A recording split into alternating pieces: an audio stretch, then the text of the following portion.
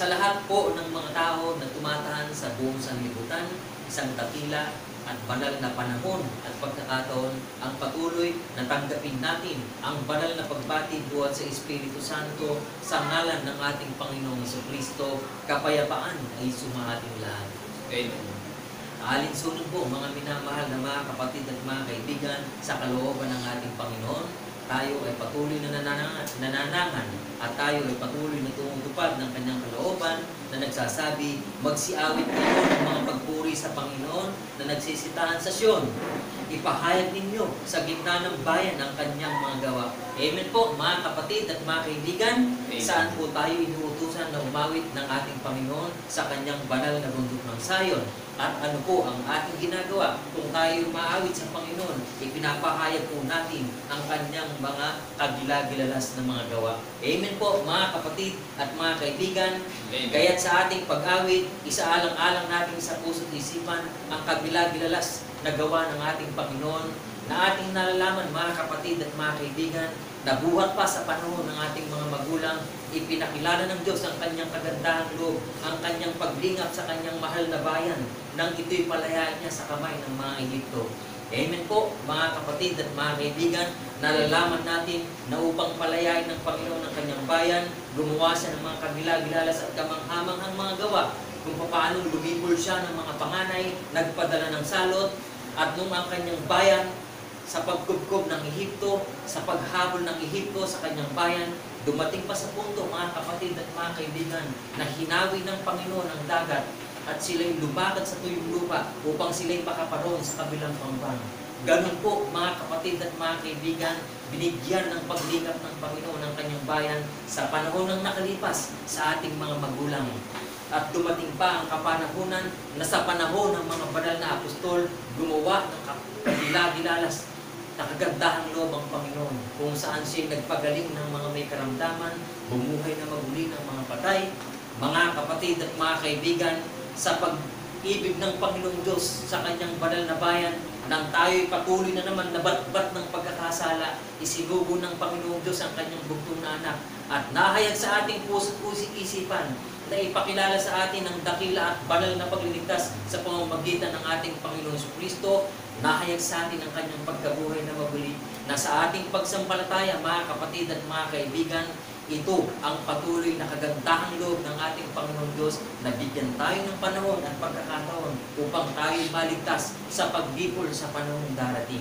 Amen po mga kapatid at mga kaibigan. Amen. Napakadakilang saysayin ang mga bagay na ginawa ng ating Panginoong Diyos. Ito ang mga bagay na patuloy nating isinasaalang-alang, kaya tayo patuloy nagtataas ng dakilang pagpupuri at pagluwalhati sa ating Panginoon. Kaya mga kapatid at mga kaibigan, sama-sama tayong umawit ng pagpupuri, sama-sama tayong magbalik ng buong kaluwalhatian at karangalan sa ating Panginoong Diyos. Great and marvelous are thy works. Ipahayag natin mga kapatid. Great and marvelous are thy works, Lord God Almighty. Just and true are thy ways, thou King of saints. Great and marvelous, Great and marvelous are thy works, Lord God Almighty. Just and true are thy ways, thou King of saints. who shall not fear thee? Who shall not fear thee, O Lord, and glorify thy name? For thou only art holy, for all nations shall come and worship before thee. For thy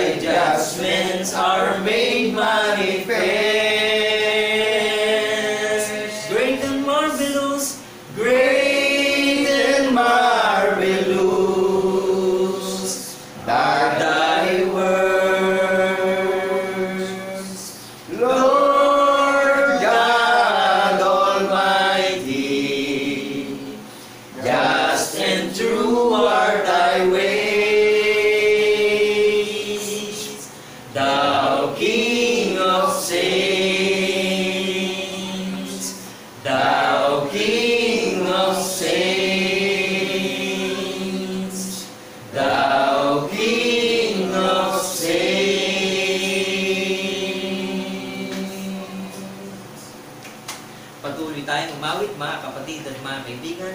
Patuloy tayong magtaas ng dakilang pagpupuri sa ating Panginoon Diyos. Oh, thank you God, oh, thank you Lord. Umawit tayo may buong kagalakan, mga kapatid.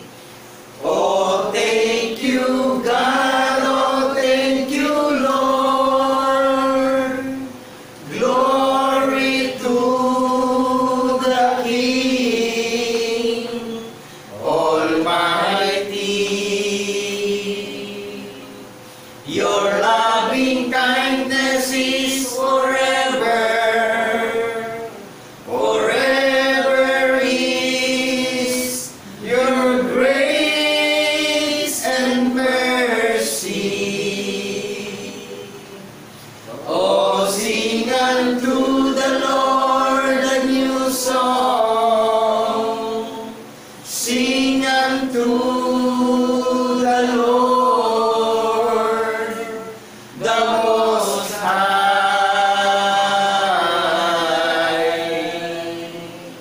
Bless His name, declare His glory unto Thee, O Lord, will I sing. Bless His name. Bless His name, declare His glory unto Thee, O Lord, will I sing. Patuloy nating alalahanin ang gawa ng ating Panginoong Diyos sa pamamagitan ng ating Panginoong Jesucristo. Salamat sa iyo, aming Ama. Awitin natin, mga kapatid at mga kaibigan. Salamat sa iyo, aming Ama. Kami iyong binigyan ng katiyakan patungo sa buhay na walang hanggan. Salamat, Panginoon. Salamat, salamat,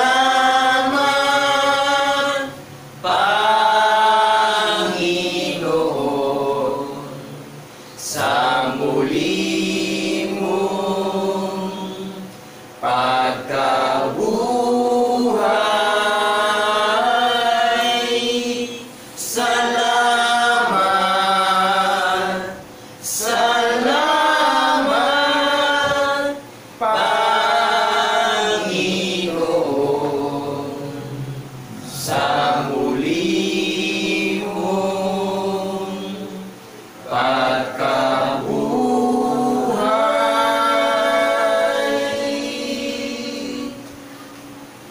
Tayong lahat, mga kapatid, ay patuloy na dumalangin sa ating Panginoong Diyos. Dakilang Diyos, Ama, na kuskus ng kahabagan, ng awa, ng kabanalan, tunay nga na itinataas namin sa iyo ang dakilang pagpuri at pagliwalhati sa iyong kabanal-banalang looban. Amen. Salamat, Panginoon, sapagkat ang iyong magandang loob buhat pa sa aming mga magulang at ngayon sa panahon ng kawakasan ay patuloy na aming nararamdaman sa aming puso at isipan ng bahayag sa amin ng hiwaga ng pagkabuhay na maguli ng aming Panginoong Jesucristo. Amen. Salamat, Panginoon, at patuloy na nagagalak ang aming puso at pag-iisip na patuloy na ihiyag sa buong sanlibutan ng iyong pagandang loob upang ang sino man na nagsisikap na magsihanap ng iyong kalooban, tunay nga, Panginoon, na maging bahagi ng isang banal na bayan na kinikilala mo sa iyong banal na looban. Amen. Salamat, Panginoon, at patuloy kaming nagtataas ng dakilang pagtitiwala sa iyo na sa pamamagitan ng iyong lingkod na ginagamit ng dalisay na kasangkapan upang isa-isa ang iyong katwiran. Tunay nga na ikaw din ang mamamagitan sa puso't isipan ng sino mang tao na kahahabagan mo na maging bahagi ng iglesia ng banal na bundok ng sayo. Amen. Purihin ka, Panginoon, sa iyong banal na lukbuhan, magbuhat noon, ngayon at magpasawalang hanggan sa ngalan ni Kristo Jesus naming tunay na Diyos at Panginoon na malulubos ang lahat ng mga kapatid ay magsipagsabi ng Amen. Amen. Amen.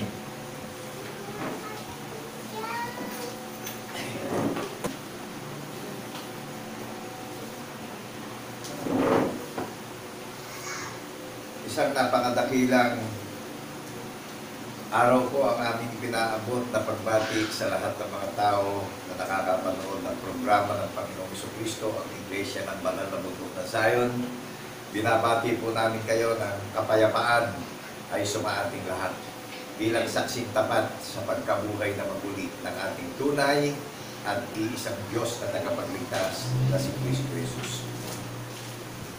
Tayo pong lahat ay iniimbitahan ng Panginoong Jesucristo na makiisa sa paniniwala at mag-aral sa kanyang banal na kasulatan, sa lahat ng hula ng mga banal na propeta, na pinatunayan at pinagtibay ito ng mga banal na apostol sa mga tagapagmana ng kanyang pangako. Maliwanag po ba? Bakit po ba tayong iniimbitahan? Lagi po nating tatandaan ang nag-iimbita po sa atin yung ating tagapagligtas. Amen po ba? Kaya tayo iniimbitahan, alipin na po tayo na walang kabuluhang paniniwala ng sanglibutan. Galatia chapter 4, verse 3 and 4. Romans chapter 11, verse 32. Ikinulong tayo sa pagsuway upang ang Panginoon Diyos ay mahabag sa dapat niyang kahabagan. So maliwanag po sa atin kung bakit tayo iniimbitahan. Isipin po natin na hindi naman sa ating sarili tayo makakaunawa, kundi ang Panginoong Jesucristo ang isinugo sa sanlibutan na magbubukas ng pagkaunawa natin sa paniniwala. Dahil siya lang po ang gumawa ng lahat ng mga bagay na paniniwalaan natin. Amen po ba? Amen. Kaya tayo iniimbitahan na maggulay-gulay na tayo naalipin ang pasimulang aral ng sanlibutan. At lahat ng iniimbitahan, tayo po ang kahariang itinayo niya sa tinawag niya na Iglesia ng Banal na Bundok ng Zion na naka-record sa langit. Hebrews chapter 12 verse 22, datapwat nakagsilapit na kayo sa banal na bundok ng Zion sa bayan ng Diyos na buhay. Ang pangkahalatang pulong ng mga iglesia na bunga sa pagkapanganay na pinasakdal sa Espiritu. Naunawaan po natin yung sa Hebrews chapter 12 verse 22 to 23. Ngayon, yung nagpapahayag ng katotohanan, huwag nating tatanggihan upang makalaya tayo at makatakas tayo sa walang kabuluhang paniniwala ng sanlibutan. Amen po ba? So, kasunod din dyan. Nakibasa po natin, kasunod din dyan yung sinabi ko sa inyo na yung nakangaral ng mabuting balita, huwag nating tatanggihan. Wala pong bayad dito. Libre po ito. Ngayon, pakikuha natin yung Bible natin, sundan nyo na kami. Para matyak natin yung napapakinggan natin na pinapahayag sa social media na transparent, mababasa rin natin dun sa sinasabi, narinig yung sinasabi po, masusundan din natin doon sa Bible natin, sa ating mga tahanan. Maliwanag po ba sa atin? So, ang imbitasyon sa ating lahat, nationwide, worldwide, wala pong accepted yung imbitasyon niya. At walang diskriminasyon yung pag-iimbita niya, kaya po ang Diyos ay pag-ibig. Amen po ba? Amen. Hindi niya na tinitignan yung ano bang karamihan natin, kundi lilinisin tayo sa paniniwala ng Panginoong Jesucristo sa panahon ng kawasan.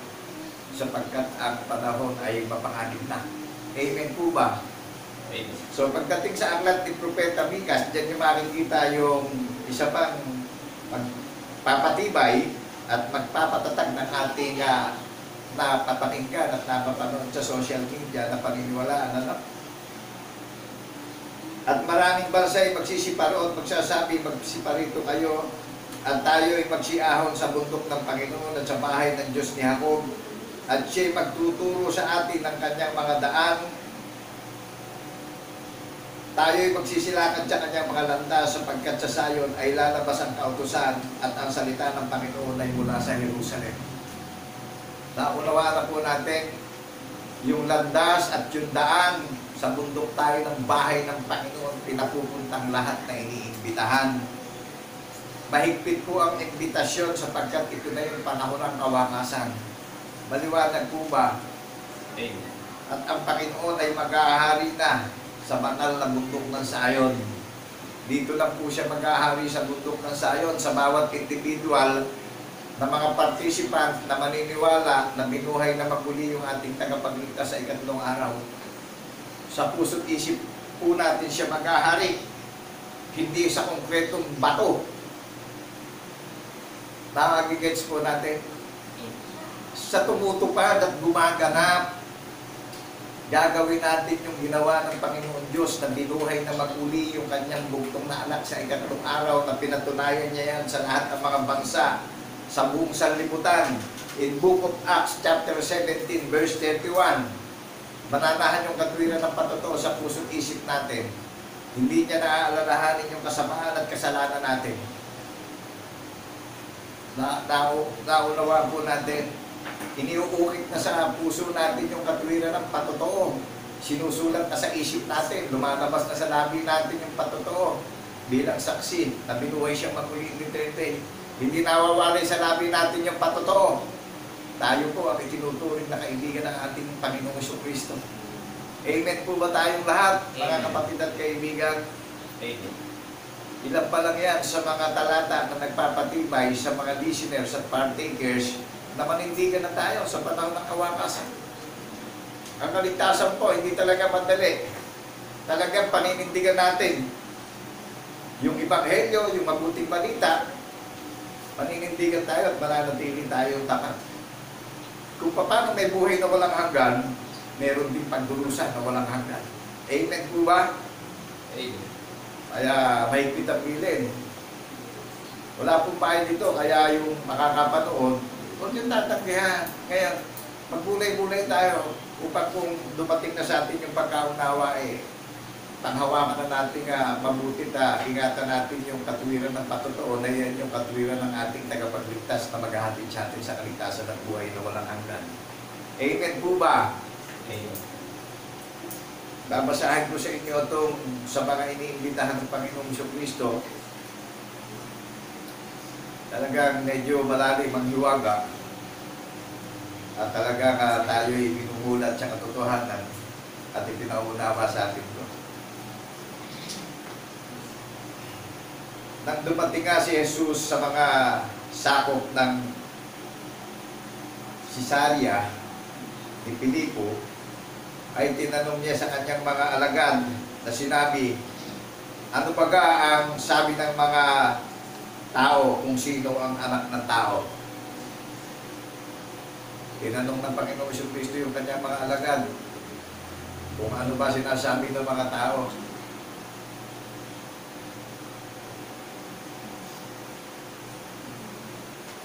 Sino ang anak ng tao?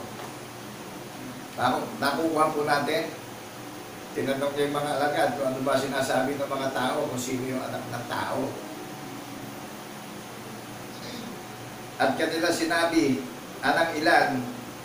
Si Juan Bautista, ang ilan? Si Elias, at ang mga iba, si Jeremias, o isa sa mga propeta. Kanyang sinabi sa kanila, datapwat ano ang sabi ninyo kung sino ako. Ang sabi ng mga tao, eto, sabi nung ilan, si Juan Bautista, si Elias, si Propeta Jeremias, o isa sa mga propeta, ang pagkakakilala nila sa Panginoong Jesucristo. Kanyang sinabi sa kanila, datapwat ano ang sabi ninyo kung sino ako. Ano sinabi niya sa mga kanyang alagad? Ano sinabi niyo kung sino ako? Sabi dito, sumagot si Simon Pedro at sinabi, ikaw ang Kristo, ang anak ng Diyos na buhay. Naunawaan na po natin. Sinabi po nung mga kanyang alagad, sinabi ni Apostol Pedro, ikaw ang Kristo, ang anak ng Diyos na buhay. Sinabi niya doon sa mga nagtatanong na mga tao, sinabi ni Apostol Pedro. At sumagot si Jesus at sa kanya sinabi, mapalad ka, Simon Barjonas, sapagkat hindi ipinahayag sa iyo ito ng laman at ng dugo, kundi ng aking Ama na nasa langit.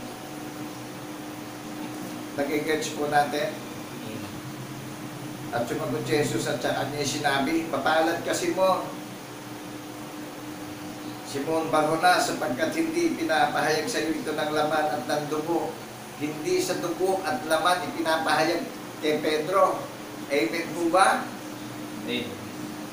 Kundi sa aking Ama na nasa langit. Pagdating nga sa 18.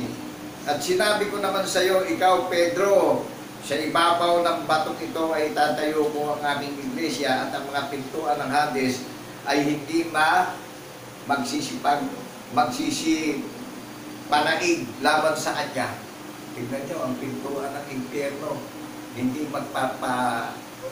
mananaig laban dito sa iglesia ng Panginoong Jesucristo na itinayo sa ibabaw ng bato. Naunawaan po natin, ang kausap niya rito si Pedro, sinabi ng ating tagapagligtas, itatayo ko sa batong ito ang aking iglesia. Sino nagtayo? Ang Panginoong Jesucristo. Hindi mananaig ang Hades ng impyerno sa iglesia na itinayo sa ibabaw ng bato. Sino kausap? Si Apostol Pedro. Ano po ang pangalan ng iglesia na itinayo sa ibabaw ng bato ng Panginoong Jesucristo? Sa lahat ng mga gaganap, sa lahat ng tutupad ng katwiran ng patotoo, ang Panginoong Jesucristo po ang nagtayo ng iglesia sa ibabaw ng bato at hindi yung pangalan niya ang ginamit niya. Maliwanag po ba? Amen. Kasama niya yung mga banal na alagad, sinasabi niya pag pupunta sila sa Jerusalem kung ano yung gagawin sa kanya ng mga taong makasalanan. Sinasabi niya sa mga banal na alagad na ipapapako ako sa krus. Tanda na pagtutubusin ng kasalanan ng marami, sa ikatlong araw bubuhayin akong magpuli. Naunawaan po natin, yung pong mga alagad ang pinagsasabihan niya, isa na si Apostol Pedro doon. At nung mangyari po yung kasaysayan na yan, kasama niya yung kanyang mga alagad. Nakikita yung ginawa niyang paghihirap at pagdurusa. Hanggang sa siya'y nilalait, iniinsulto, kinukutya, pinagtatawanan, hinahamak. Hanggang kamatayan po yan, nakita ng mga banal na apostol. Inilibing siya. Sa ikatlong araw, binuhay siyang maguli. Napakita siya sa mga banal na alagad. Ipinaunawa niya sa mga banal na alagad ang lahat ng kasaysayan na ginawa niya. Maliwanag po ba sa atin? Binasbasan yung mga alagad sa Galilea na ipangaral ang mabuting balita sa lahat ng mga bansa, bayan at wika, at bautismuhan sa pangalan ng Ama, ng Anak at Espiritu Santo. Naunawaan na po natin, nakita ng mga banal na apostol yung ginawa ng ating tagapagligtas, kung paano siyang naghirap at nagdusa upang tubusin ang kasalanan ng marami, nationwide, worldwide. O isa si Apostol Pedro na sinabihan ng Panginoong Jesucristo na sa batong ito, itatayo ko ang aking iglesia. Ano pangalan ng iglesia na itinayo? Na walang kapangyarihan o hindi mananaig ang hagis ng kamatayan doon sa iglesia na itinayo sa ibabaw ng bato. Ano ang pangalan ng iglesia na itinayo sa ibabaw ng bato? Maunawaan po natin, sinabi ng Panginoon Diyos kay Propeta Isaias sa chapter 4 verse 5, at ang Panginoon ay lilikha sa langit ng buong tahanan ng banal na bundok ng Sayon. Maliwanag na po ba sa atin? Ang pangalan ng iglesia na itinayo sa ibabaw ng bato, banal na bundok ng Sayon, ang bahay ng Panginoong Diyos. Sa lahat ng mga iniimbitahan na naalipin ng sumpa ng aral na sanlibutan, Nadinig niyo ba kanina yung binasa natin kay Propeta Micas? Na lahat ng bansa ay magsisiparod pa rito. Pupunta sa bundok ng bahay ng Panginoon at mag-aaral sa landas at sa daan ng Panginoon. Ang daan po at landas, nangyari po yan nung pong hulihin siya ng makasalanang tao, nung kutsain siya, nung libakin siya, nung pagtawanan siya, nung murahin siya, nung pahirapan siya hanggang kamatayan. Nakita po ng mga banal na apostol na siya espiritu, walang laman, walang mga buto. Nakipag-usap yung espiritu sa mga banal na alagad. Kaya po ang banal na bundok ng Zion, ang iglesia na pag-aari ng Panginoong Jesucristo, iginawa po niya ng kasaysayan o takubilin at alutintunin, natutuparin at paniniwalaan natin. So may haligi po ang bahay ng Panginoong Jesucristo, na ang bahay ng Panginoong Jesucristo ay tayo. Amen po ba? Sa Hebrews chapter 3 verse 6, ang iglesia meron pong namumuno. Ang ministro natin nag-alay ng buhay sa ating lahat ng mga kasalanan. Kaya siya ang puno ng kanyang bahay, na ang bahay ay tayong mga mananampalataya. Amen po ba? Amen. Tayo templo niya, tayo kaharian niya, tayo gusali niya, tayo ang naniniwala na binuhay siyang magmuli in the third day. Amen po ba? May relasyon tayong lahat, saksi tayo nagpapatotoo sa pagkabuhay na magmuli. May commitment tayong lahat, may paniniwala tayong lahat. Natupad ang hula ng mga banal na propeta na pinagtibay ng mga banal na apostol sa mga nalalabing tagapagmana ng kanyang pangako ng buhay na walang hanggan. Naunawaan na natin yung matibay at matatag na relasyon may katwiran ng patotoo ng ating tagapagligtas. Yan po yung binhi ng patotoo na inihahasik na sa buong sanlibutan, sa lahat ng mga bansa, sa buong mundo.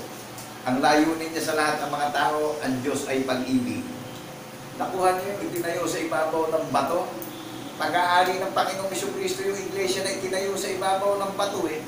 Siya rin ang gumawa ng alituntuning espiritual na paniniwalaan natin eh. Di maliwanag na itinayo niya yung mga sasaksit magpapatotoo na binuhay siya magmuli in the third day. Maliwanag na ang pangalan ng kanyang sambahayan eh, iglesia ng banal na bundok ng Zion. Bakit po ba tinawag na iglesia ng banal na bundok ng Zion? Kasi manggagaling yung mga iglesia sa silangan, kanluran, tibog at tilaga. Pag itinaas natin yung 4 na sulok ng haligi ng mundo, ano, mga kapatid, sinasalarawan ko yung bundok ng Zion. Yung nakikita nyo mga bundok dito sa mundo, borol na lang ho yan. Kasi mga iglesia itong ginawa niyang banal na bundok ng Zion. Yung mga participant, yung mga partakers ng Panginoong Jesucristo na iniimbitahan na sa huling hapunan magaganap. Inaanyayahan na tayo sa huling hapunan. Mapanganib na ang panahon ng kawakasan, mga kapatid at kaibigan. Naunawaan nyo? Sinabi ko naman sa iyo na ikaw, Pedro, at sa ibabaw ng batong ito ay itatayo ko ang aking iglesia.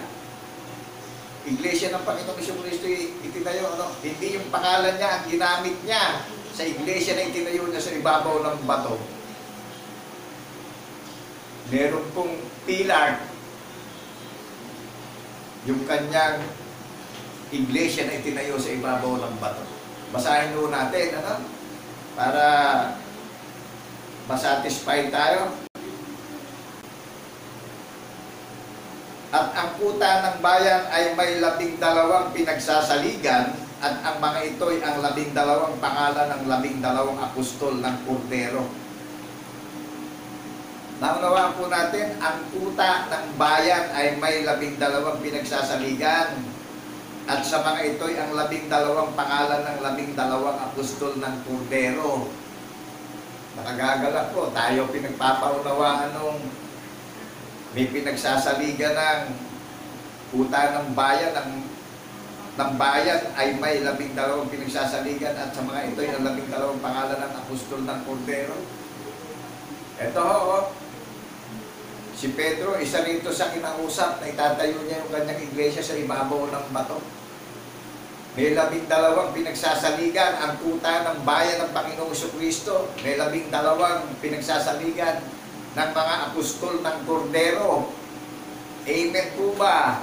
May pilar ang iglesia ng banal na bundok ng Sayon, ng bayang banal na sariling pag-aari ng Panginoong Jesucristo.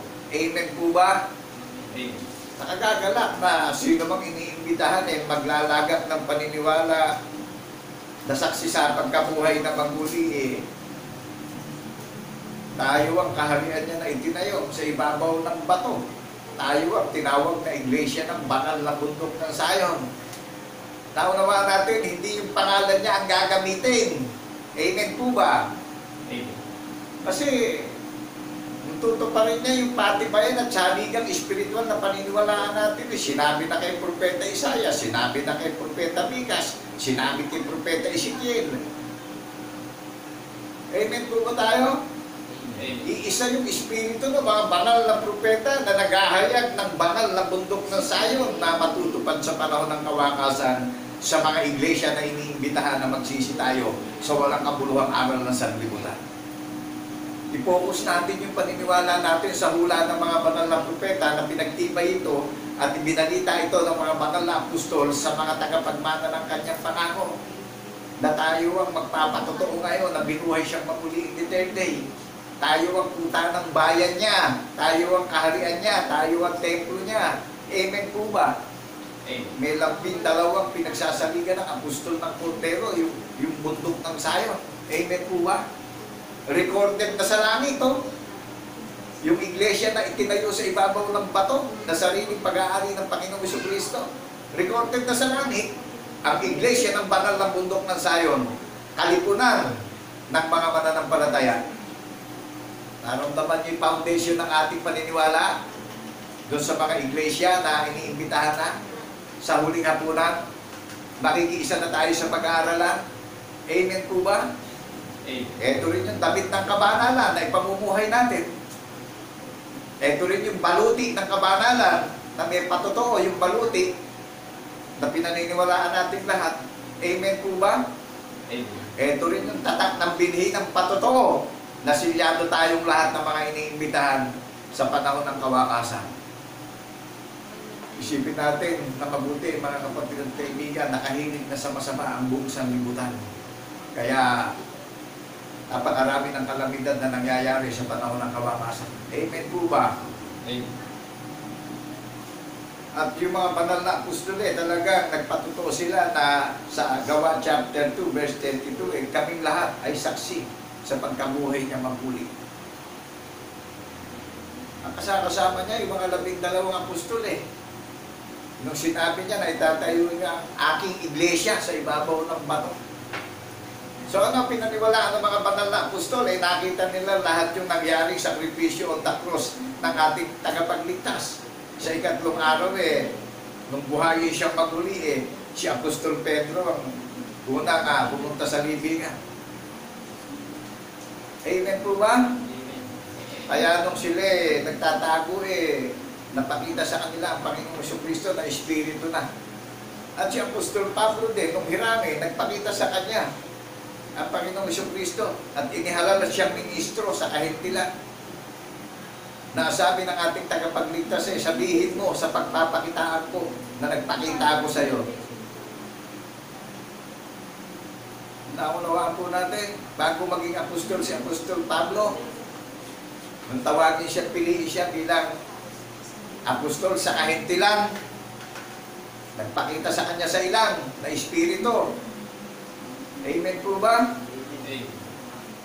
Ginamit siya na ibalita sa kahintilan, nasaksing tapat siya sa pagkabuhay na maguli. Naunawaan natin ang tuta ng bayan ng Panginoong Jesucristo. May pangalan, yung iglesia na itinayo sa ibabaw ng bato. Sa gayon, inyong malalaman na ako na inyong Diyos. ay tumatahan sa banal na bundok ng Sayon. Amen po ba? Joel chapter 3 verse 16 up to 17. Joel chapter 2 verse 1. Hipan ninyo ang pakakak sa Sayon, magpatunog kayo ng banal na hudyat sa aking banal na bundok. Makinig ang lahat ng nananahan sa lupain, sapagkat ang kaarawan ng Panginoon ay malapit na. Sa ano ihipan ng hilig ng pakakak? Sa banal na bundok ng Sayon. Saan pupuntahan yung mga iniimbitahan?